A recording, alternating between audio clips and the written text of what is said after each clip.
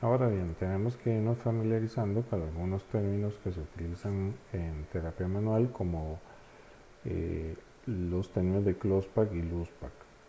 Podemos decir que el Clospack, o posición de cierre, eh, es la posición de máxima estabilidad articular, donde los ligamentos y la cápsula van a estar más tensos y por lo tanto el volumen articular va a ser menor.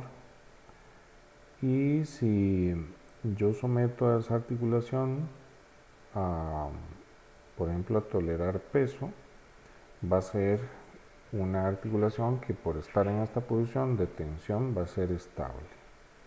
Por lo tanto, va a requerir muy poco control muscular.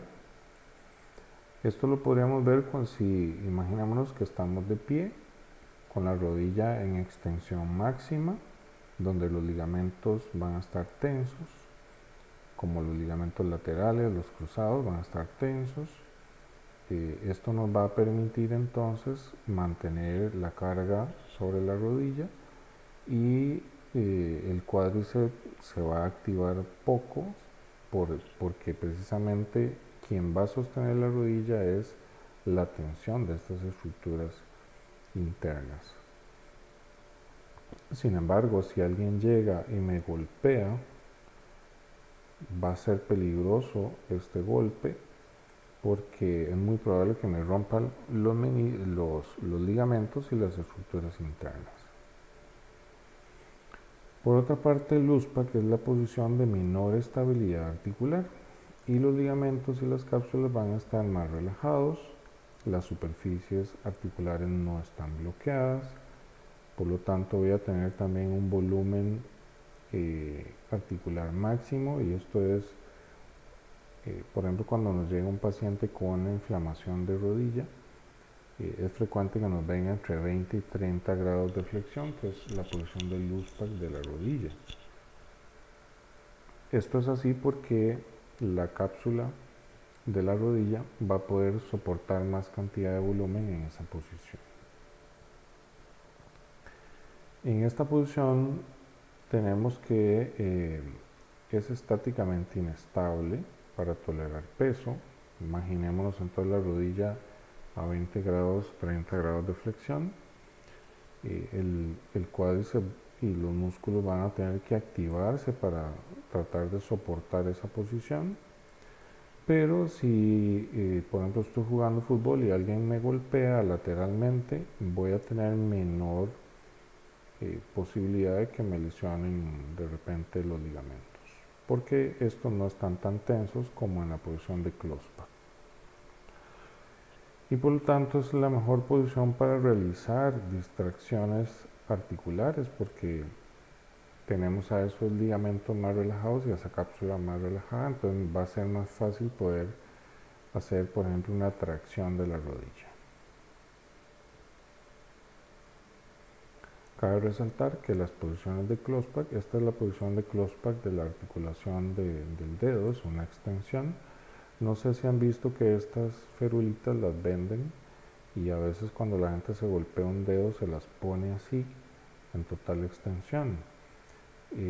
Al hacer esto están cerrando las articulaciones en Clospack, y si se dejan esta ferulita por mucho tiempo, lo que pueden hacer es que la articulación no tenga tanto líquido y que los ligamentos estén tensos, lo que podría generar más adelante una hipomovilidad. Entonces no es recomendable mantener por mucho tiempo la posición del USPAC en ninguna articulación, porque podría más bien afectar la movilidad. Acá les dejo un cuadro donde aparece las posiciones más frecuentemente. A ver, este es un resumen de alguna literatura, no siempre concuerda con todos los libros, no siempre hablan de los mismos rangos, así como ocurre en goniometría, pero es algo bastante, una recopilación bastante útil. Con el tiempo yo sé que ustedes van a ir poco a poco memorizando estas posiciones, por lo pronto pueden tenerla ahí a la vista, eh, tal vez en una libretita, cuando empezamos a hacer las movilizaciones en clase. Pero siempre que hagamos una movilización vamos a conversar sobre estas posiciones. Ahora bien, por ejemplo, en la articulación glenumeral, si yo quisiera hacer una tracción, yo buscaría posicionar al paciente en la posición de Lustbach, como les decía, porque esta es donde la cápsula de los ligamentos están más relajados, pero esto no siempre se puede hacer, porque puede ser que este paciente tenga una capsulitis adhesiva y yo no lo pueda posicionar en 55 de ABD y 30 de ABD horizontal. Puede ser que esto no sea posible, entonces yo buscaré mover el paciente en lo más cercano a esta posición de Lustbach y entonces ahí hacer la movilización. Eso lo vamos a ver en clase también.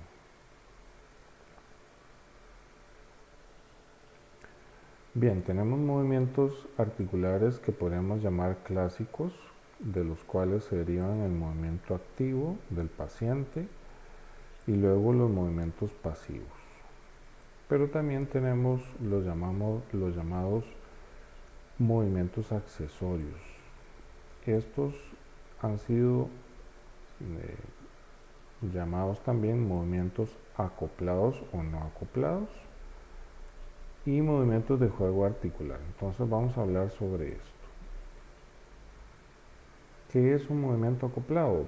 Bueno, es un movimiento fisiológico, primero, o sea, ocurre normalmente para alguna actividad de vida diaria y generalmente pues los vemos en las actividades que hacemos normalmente cuando nos movemos activamente y ocurren para facilitar una acción. Un ejemplo es que cuando uno hace la ABD del hombro, la ABD tiene que acompañarse de una rotación externa del húmero.